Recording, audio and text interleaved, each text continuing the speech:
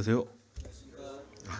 오랜만에 수요 집회에 서는 것 같습니다. 제가 집사 직분 맡고 이렇게 수요 집회 성도님들이 이렇게 그 간증하고 말씀을 부탁을 드리면서 될 수 있으면은 저는 제 형님들한테도 말씀드렸지만 다음 세대의 어떤 발판이 되고 싶고, 내가 서서 주님 말씀을 증거하는 것보다 은사에 따라서 우리 형제님들, 특별히 우리 자매님들도 저희 모임처럼 이렇게 기회를 드리는 시간이 많지 않은데 드렸으면 좋겠다 하는 마음으로 계속 빠지고 있는데, 사실 저도 이번 말씀 부탁은 좀 빠지고 다른 형님들이 좀 섰으면 좋겠다 했는데 순서가 조금 급하게 바뀌는 바람에 이렇게 본의 아니게 준비를 말씀을 하게 됐습니다. 그렇다고 해서 준비를 아주 안 한 건 아니고요.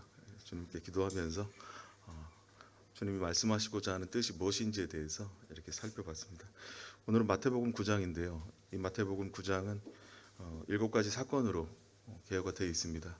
근데 이 마태복음뿐만 아니라 이 사복음서는 공관복음이라고 하고 있습니다. 그래서 마태복음과 마가복음, 누가복음, 요한복음이 함께 연결이 됩니다. 이 공관복음이라는 뜻은 함께할 공자, 그리고 볼 관자, 함께 살펴보고 보는 복음이다. 같은 맥락과 같은 뜻, 그리고 비유들이 많이 있습니다.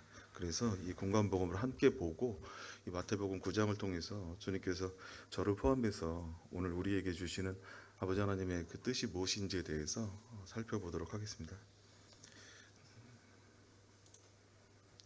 먼저 마태복음 9장 1절부터 8절까지는 중풍병자의 사건에 대한 내용입니다. 마가복음 2장 1절부터 12절에 되어 있고요. 기록되어 있고, 누가복음 5장 17절부터 26절까지 기록되어 있습니다.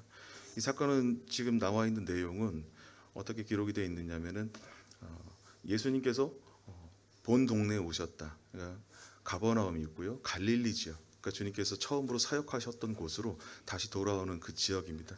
근데 마가복음에는 이 친구들, 네 친구들이 나옵니다. 네 친구들이 이 중풍병자를 그 천장을 뜯고 달아내렸다라고 기록이 되어 있습니다.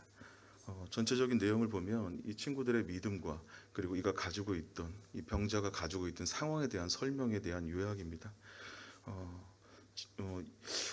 이렇게 보시면 좋을 것 같아요. 이 당시 상황으로 보면은 이 레위기 말씀이라든지 여러 가지, 레위기 13장이라든지 그리고 15장 이 말씀을 통해서 이스라엘 사람들이, 그리고 특별히 이 병을 앓고 있는 사람들이 가지고 있었던 마음이 있습니다. 그것이 뭐냐면은 자신이 죄인이라는 겁니다. 레위기 13장 46절에 보면 그 병 있는 날 동안은 부정한 자나 그는 홀로 거주하되 진영 밖에 거주할지니라. 이 사람들은 성전에 들어갈 수도 없었고 사람들과 함께 할 수도 없었습니다. 사람들이 부정하게 여겼고 함께 할 수도 없는, 그리고 또 온전하지 못하다고 여기는 그런 시선으로 어렸을 때부터 자랐어요. 근데 저희들이 이 친구들이 훌륭하다, 좋은 친구들이라고 생각할 수 있겠지만 그냥 훌륭한 친구들이 아니라 놀라운 친구들이고 참 위대한 친구들이다. 이 친구들이야말로 진정한 친구들이다.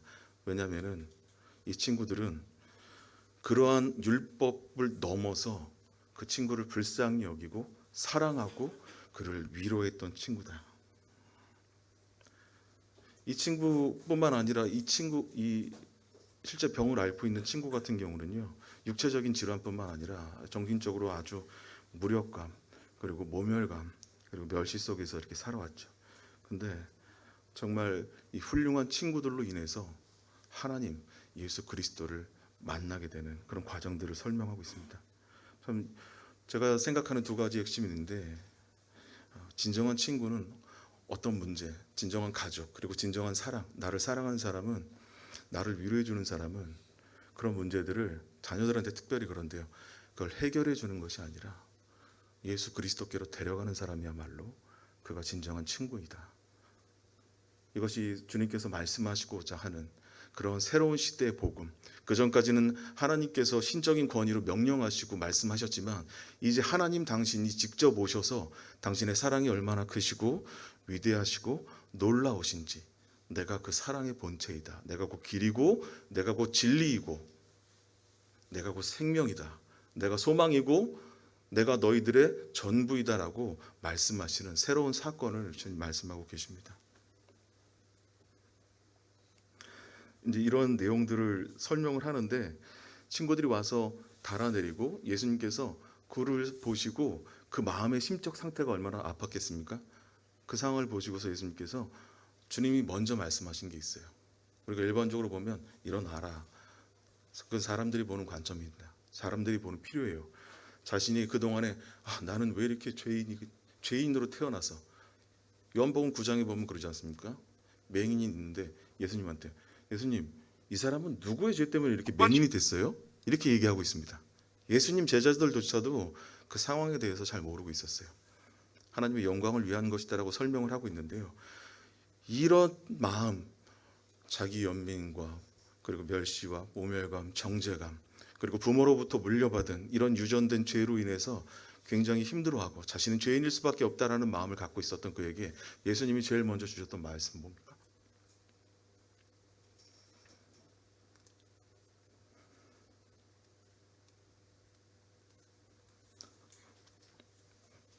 내 죄 사함을 받았느니라. 주님 그렇게 말씀하십니다. 이 사람이 얼마나 큰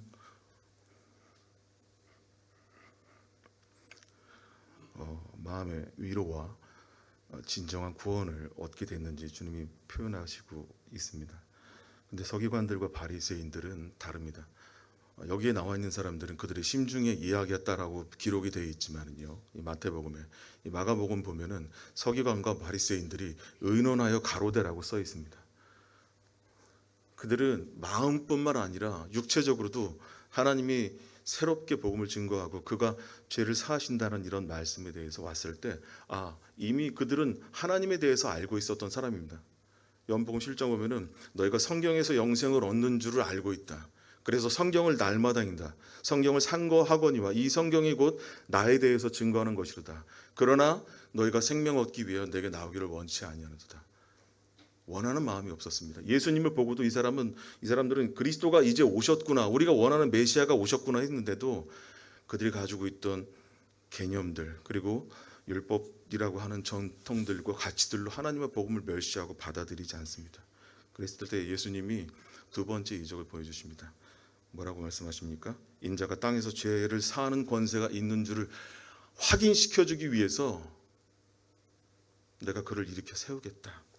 그리고 그에게 일어나라고 하시고 그를 회복시키십니다. 그거를 봤을 때 주는 그리스도시요 살아계신 하나님의 아들이십니다라고 그들은 이야기했어야 되는데요. 그렇지 않았습니다. 이 사건을 통해서 예수님은 분명히 보여주시고자 한 겁니다. 새로운 복음의 시대, 새로운 은혜의 시대, 주님만이 온전한 주이시고 주님만이 완전한 치유자이시고 주님은 보이는 죄뿐만 아니라 보이는 아픔뿐만 아니라 고통뿐만 아니라 상처까지도 싸매시는 새로운 복음, 새로운 생명, 지금까지 그들이 알고 있었던 율법에 갇혀 있는 복음이 아니라 자기가 가지고 있었던 그런 생명의 그 헌신을 통한 복음의 노력이 아니라 아무것도 한 것 없이 은혜로 얻어지는, 단순히 믿기만 하면 얻을 수 있는 하나님의 구원의 길을 열어주신 것이다라고 주님 말씀을 하고 있습니다.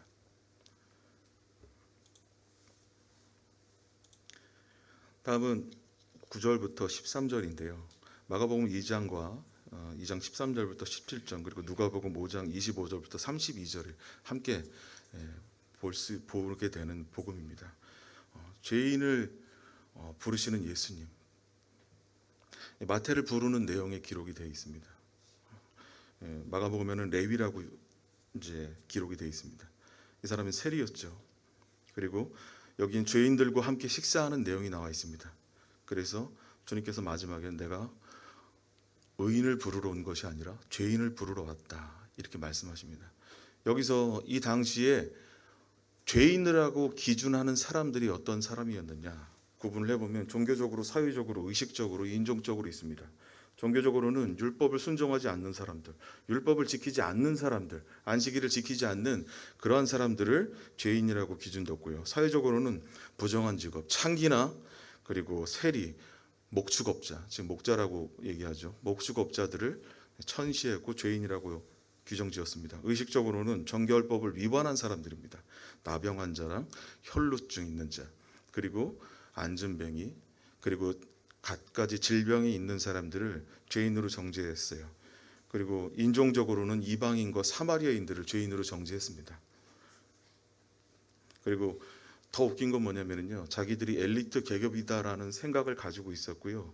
이 모든 일반 백성들을 히브리어로 암하레라 그래서 율법을 알지 못하는 무지한 사람들, 무지한 죄인들이라고 표현합니다. 그러니까 모든 사람들을 죄인이라고 두는 거예요. 특별히 마태를 초대하시고 그 집에 가서 식사하실 때 앉아있던 사람들이 이런 사람들이었다는 거죠. 근데 우리가 마태를 부를 때 여러분들이 다 알고 계실 거예요. 마태는 세리였고 그 세리는 일반적으로 죄인이다, 이렇게 생각하실 텐데요. 하나님께서 지금 보여주시고자 하는, 이 말씀을 통해서 보여주시고자 하시는 뜻은 뭐냐면요, 이 마태는요, 종교적으로나 사회적으로나 의식적으로나 인종적으로 아무도 가리지 않고 누구한테나 뭘 받았죠? 뭘 받았죠? 세금을 받았습니다. 마태는 누구도 가리지 않고 그가 율법을 지키든 안 지키든, 세리든 창기든 목축업자든 나병 환자든 혈루병 환자든 유대인이든 비유대인이든 어떤 사람 가리지 않고요, 세금을 받고 모두와 함께했던, 모두에게 그 공적으로 대했던 사람이라는 거예요. 단순히 여기서 그가 세금이었고 죄인이었기 때문에 우리를 불렀다는 것이 아니라 예수님께서 보여주시고자 하시는 것은 그런 죄인이기도 하지만 모두에게 공평하고 동일하게 임하시는 예수 그리스도의 은혜, 내가 그들과 함께 한다라고 주님께서 보여주시고자 하는 마음이 여기에 들려있다는 겁니다. 이 영적인 병의 인식이 참 중요합니다. 자기는 옳다 하고요, 바리새인들과 사두개인들, 그리고 하나님을 따른다고 믿는 그런 마음으로 하나님 앞에 온전한 마음을 갖고 있었던 사람들은요, 자신들이 병든 자가 아니다라고 얘기했어요. 요한복음에서도 소경이 눈을 뜨고 보니까 너는 안식일에 그 일을 행한 것에 대해서 너는 어떻게 생각하느냐, 넌 잘못이야 라고 얘기했죠. 그때 예수님께서 우리들도 죄인입니까? 너희들이 여전히 본다고 하니, 너희들이 여전히 깨닫고 있다고 생각하고 나를 받아들이지 않고 있으니 너희들은 여전히 죄인이다 라고 주님 말씀을 하십니다. 저는 이 말씀을 보면서 제 개인적으로도 여전히 말씀 없이 내가 나아가고, 또 성령의 임재 없이 내 습관과 내 행위와 내가 뭔가 알고 있고 내가 뭔가 깨닫고 있는 것처럼 사람들을 판단하고 기준을 주고, 그리고 하나님이 정하신 그 잣대에 어떤 것을 맞추고 있는 이런 교만한 모습, 이것으로 말미암아서 내가 예수를 그리스도로 온전히 증거하지 못하는 모습은 있지 않은가 라고 주님 말씀하시는 것을 배우게 됐습니다. 예수님께 오는 사람들의 치료의 조건이 있었습니다. 자신이 죄인임을 인정하는 사람들이에요. 지난 시간 마태복음 8장에 봐서 8장에서도 나왔지 않습니까? 그 자기의 사랑하는 종이 아팠을 때에 말씀만 하시옵소서. 조금 있으면 나오겠지만 이 회당장 야이로의 딸입니다. 여기엔 나오지 않습니다. 근데 마가복음에 나오죠. 달리다곰 하면서 그를 일으켜 세우는 장면 중에 하나입니다. 그를 일으켜 세울 때에도 주님께서 내가 이것을 믿느냐, 내가 낫고자 하느냐, 주님이 낫게 하실 수 있습니다. 나는 병들었다라는 걸 인정하는 것, 그리고 겸손한 마음, 그리고 정말 이 암에 걸린 사람들, 치유하고자 하는 사람들은요, 자신을 놔줘요. 자신을 낫게, 이 병을 낫고자 하는 마음은 겸손해집니다. 근데 와가지고서는 이 치료를 원치 않는, 이 저희 병원에서 저도 근무하지만 와가지고선 가족들이 와가지고 치료받아야 돼 막 이렇게 했는데 감사도 안 해요. 아니 그거 뭐 내가 원하는 것도 아닌데 막 그러면서.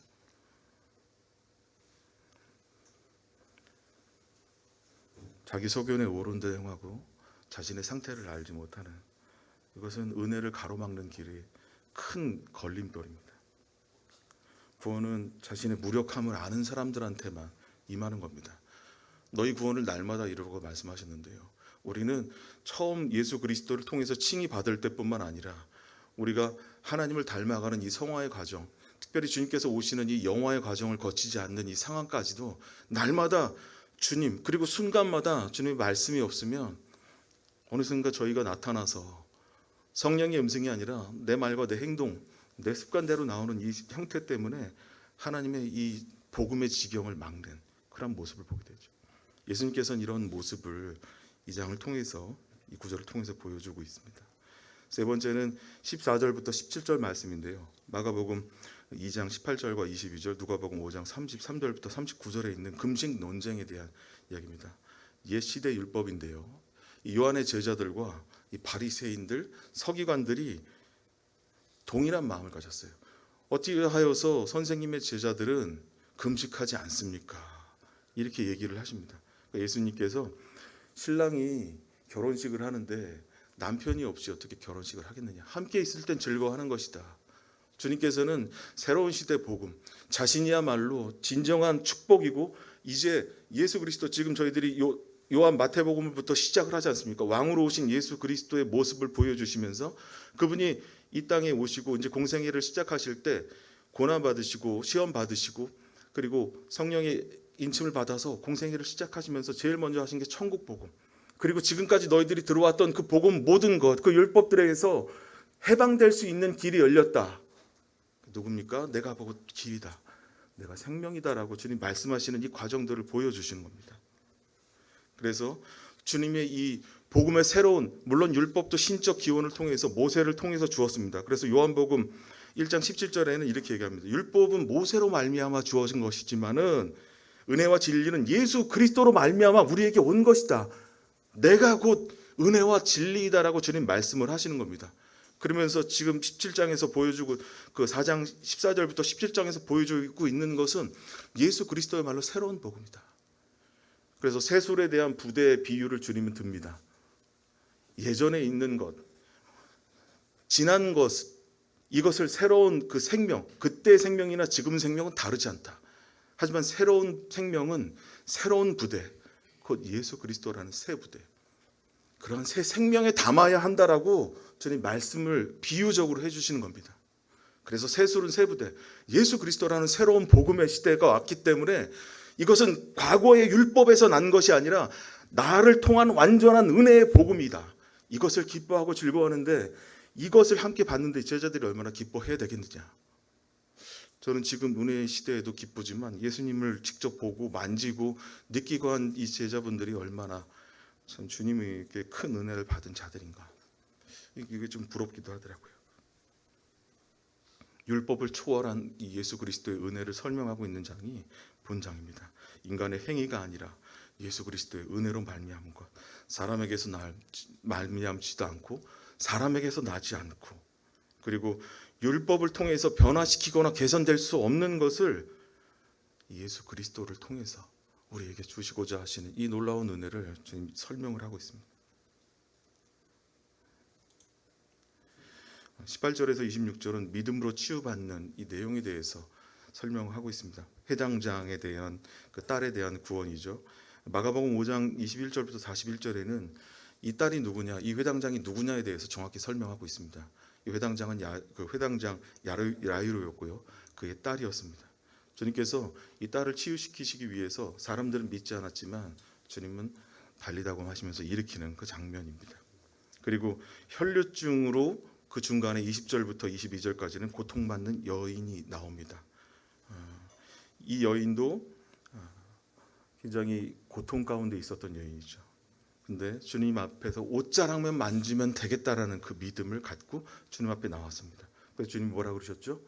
딸아, 내 믿음이 이 장애는 병이 나았다고 합니다.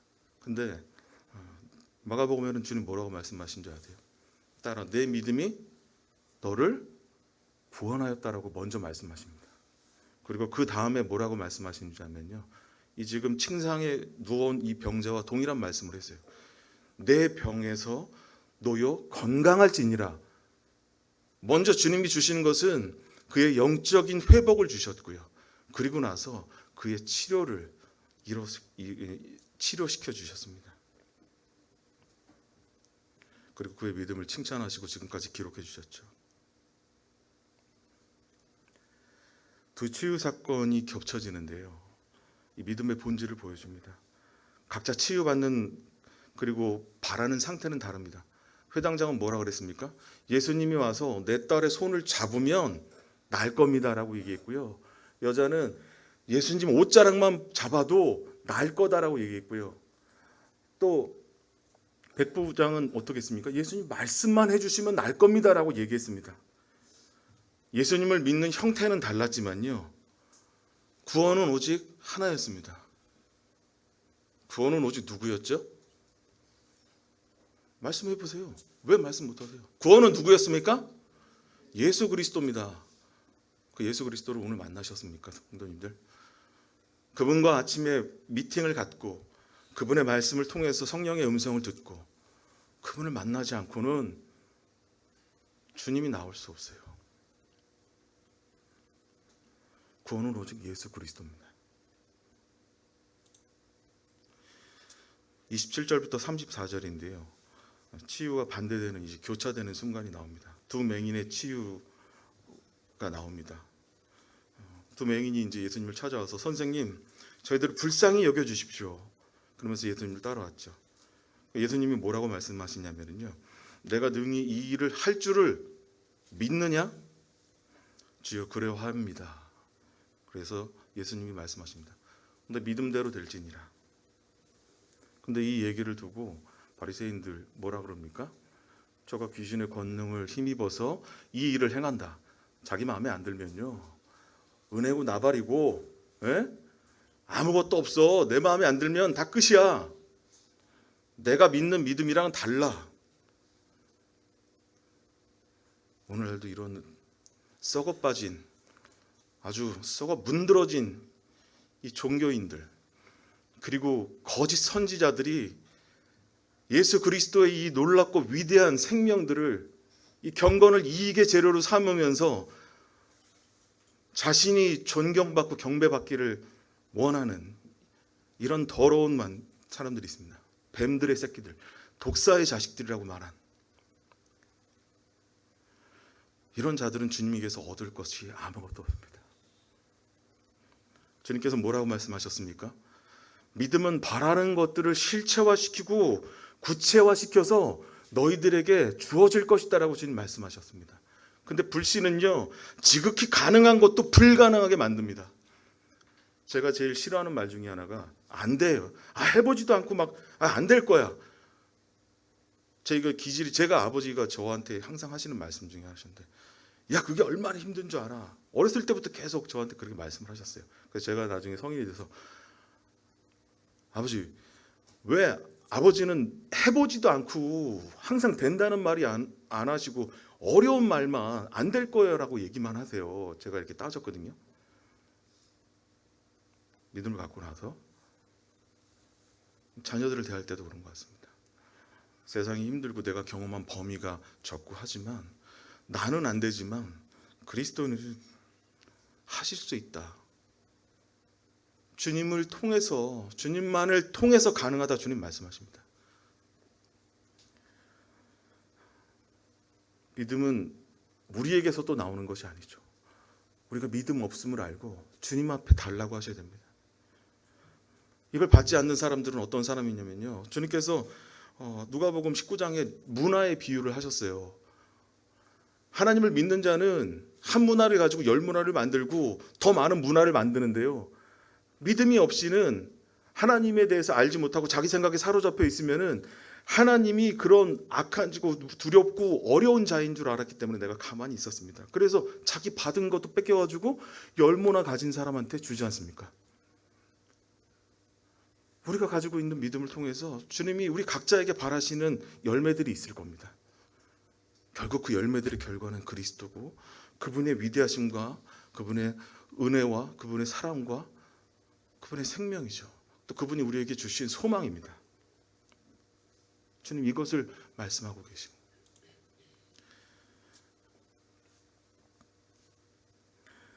끝으로 주님께서 말씀하시고 있는 것은 추수에 대한 비유에 대해서, 추수할 것은 많되 일꾼이 적다라고 말씀하십니다.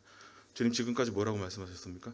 지금 이제 새로운 시대 이 복음을 계속 말씀을 하고 계세요. 이 공간복음 여러분들 읽어보시면 알겠지만 계속 동일하게 예수 그리스도의 말로, 마태복음 망으로 오신 그리스도를 얘기하고 있지 않습니까? 누가복음 인자로 오시고, 그리고 또 왕이시지만 종으로 오신 그리스도, 그리고 사람으로 오신 그리스도에 대해서 이 복음이 계속 얘기하시면서 그분을 통해서 얻어지는 새로운 복음에 대해서 이야기하고 있습니다. 주님께서 이 복음을 두루 다니시고 그들을 보시면서 긍휼히 여기시고 그들의 실제 상태가 하늘에서 보던 것과 전혀 다르지 않고 오히려 더 마음이 아프시고 인간적인 육신을 갖고 그들의 상태나 생명을 보고 우시고 마음 아파하시는 겁니다. 그래서 긴급하게 하나님 앞에 기도해라. 추수할 것은 많되 일꾼이 적다. 내가 누구를 보내면 누가 나를 위해서 가겠느냐. 주님 부르시고 이런 새로운 은혜의 복음을 이제 증거해라. 사람을 통해서 나오는 것이 아니라 완전한 새로운 그 은혜의 복음. 믿으면 가는 것. 자신의 부족함과 연약함을 알고 자신의 고통받은 상처를 알고 긍휼히 여기는 자, 그 사람한테 가서 나를 전해라.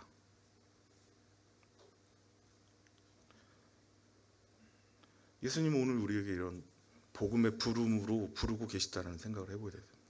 이 부름에 대해서 주님, 제가 여기 있습니다. 저를 보내셔서 그냥 감정적으로 주님 뭐 이렇게 하는 게 아니라 복음은요 삶입니다. 전도도 삶이에요. 선교도 삶입니다. 그냥 여기 있던 삶이 선교지에 가면 그대로 옮겨지는 거고요. 내일 예수님 오면 우리 뭐 할 겁니까? 막 뭔가 달라져야 돼요? 아니에요. 오늘 하던 예수님과의 만남을 실제 대면하는 것밖에 없어요. 정말로 막 꺼내가지고 계시록이 지금 막 그 보면은 요한 이런 복음을 그래서 정말로 이 이단 중요한 종말론 지금 형님들이 가르치시고 교훈하시는 너무 놀라운 교훈입니다. 이걸 말씀하는 게 아니라요. 이 종말론을 가지고 시급하게 지금 막 사람들을 경계시키고 위로시키고 그 분란시키고 뭔가 이렇게 아니요. 주님이 원하시는 건 나와 함께 일어나 나와 함께 동행하자라고 말씀하시는 겁니다. 그분과 동행하는 삶이야말로 그분과 함께하는 삶이 있을 때